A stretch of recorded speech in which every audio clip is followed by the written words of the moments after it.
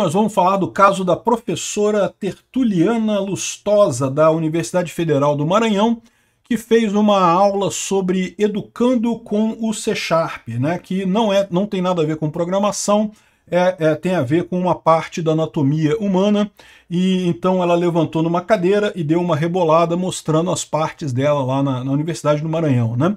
E o pessoal está achando muito absurdo isso e coisa e tal, e eu concordo com vocês que, do ponto de vista de... É meio absurdo numa universidade pública ter um evento desse tipo, né? Mas, de novo, se o pessoal que estava ali era todo mundo maior de idade, todo mundo estava ali de livre e espontânea vontade, eu não vejo problema nenhum nisso daí não, tá? Até onde eu sei, não teve nenhum orçamento público para bancar isso daí. Se teve orçamento público, tem essa outra história, porque tem que ter um interesse público nisso daqui, né? Mas se não teve isso, eu não tenho nada demais. Isso daqui é aquilo que eu falo para vocês, é a economia do choque. As pessoas fazem coisa para chocar as outras. A ideia é só essa mesmo. E ganham dinheiro com isso, tá? Ganham dinheiro. O pessoal aqui no Brasil está começando ainda. Olha só esse caso que a gente vai falar aqui, ó, da ópera Sancta Susanna, que é uma ópera que aconteceu lá na Alemanha, que é tanto sangue, é tanta coisa de sexo e nojeira e coisa que 18 pessoas da plateia terminaram no pronto-socorro passando mal. Para você ver, depois lotou a ópera. Lotou, tá? Depois que teve essa notícia do dia da inauguração, que as pessoas passaram mal, um monte de gente foi ver. Aí que o pessoal queria ver a ópera mesmo, lá, a Sancta Susanna, que está passando lá na Alemanha. Abriram até mais datas da apresentação da coisa.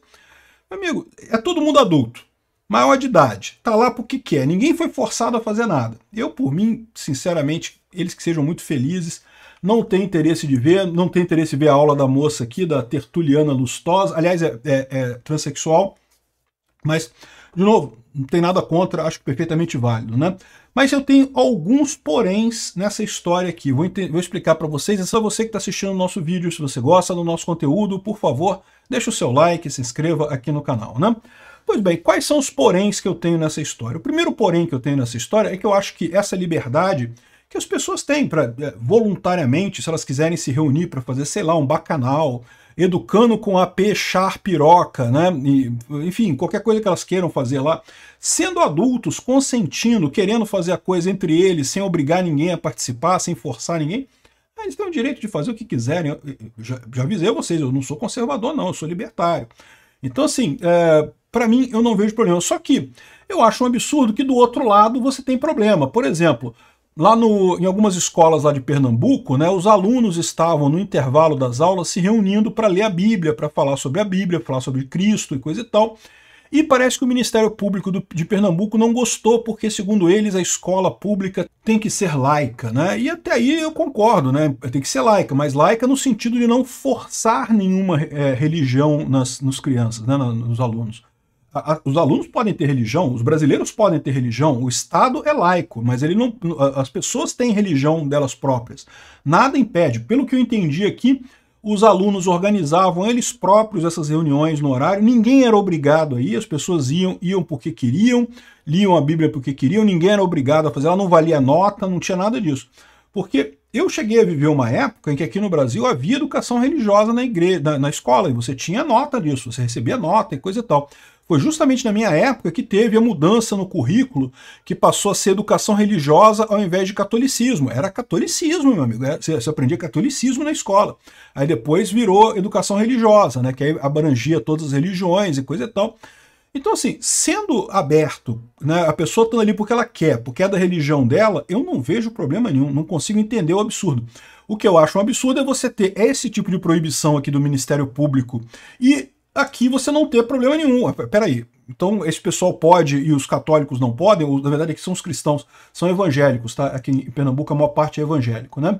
E também teve um caso aqui aqui em Barra Mansa, aqui no Rio de Janeiro também, que o Ministério Público proibiu as crianças de fazerem a oração do Pai Nosso numa escola pública. Não pode fazer a oração do Pai Nosso, que absurdo. De novo, se você não é obrigado a fazer isso, se você vai lá porque você quer e está rezando, está professando a sua religião ali, eu não vejo problema nenhum nisso daí. As pessoas têm o direito de professar a sua religião. O Estado laico é importante exatamente para que uma religião não interfira com a outra. Para você não ter um Estado, por exemplo, que obriga todo mundo a ser católico. Não pode obrigar a pessoa a ser católica. A pessoa é católica se ela tem a convicção de ser. Da mesma forma, todas as outras religiões, né? Enfim, então eu acho um absurdo o Ministério Público brigar com isso e deixar isso daqui para lá. Para mim, tinha que liberar tudo. As duas coisas têm que ser liberadas. Desde que não tenha criança sendo forçada e desde que não tenha obrigatoriedade de participar, não vejo problema nenhum, né?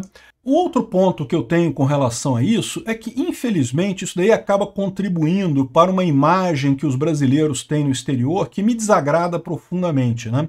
Para quem não sabe, os brasileiros têm uma reputação no exterior de serem extremamente calientes, de gostarem muito de sexo e coisa e tal, e isso não deixa de ser um estereótipo, né? Tem muitos brasileiros que gostam muito de sexo, é verdade, mas nem todos nós, nem todos somos assim, né? E particularmente para as mulheres é muito complicado, porque acaba que a brasileira no exterior, em muitos países, tem fama de ser fácil. Isso é um problema, tá? Já houve casos de mulheres brasileiras que foram atacadas por homens. Como assim? Você é brasileira, então você dá para qualquer um, pô? Então como é que pode você não querer dar para mim, não sei o que lá? O que é um erro. Não, as mulheres brasileiras não fazem isso, né? Tem mulheres que são mais sexualizadas, outras menos, né? Existem mulheres de todos os tipos no Brasil, mas esse tipo de coisa não ajuda nessa imagem, né? Como vocês podem ver, esse aqui é o jornal britânico Mail Online. Eu tenho que botar o blur nessa imagem aqui, porque aparece a bunda da mulher aqui. Triste que tem isso daí. Eu entendo que a maior parte do pessoal esclarecido vai saber que esse caso aqui é um caso que chocou os brasileiros, inclusive, mas infelizmente esse tipo de coisa acaba contribuindo para essa cultura, né?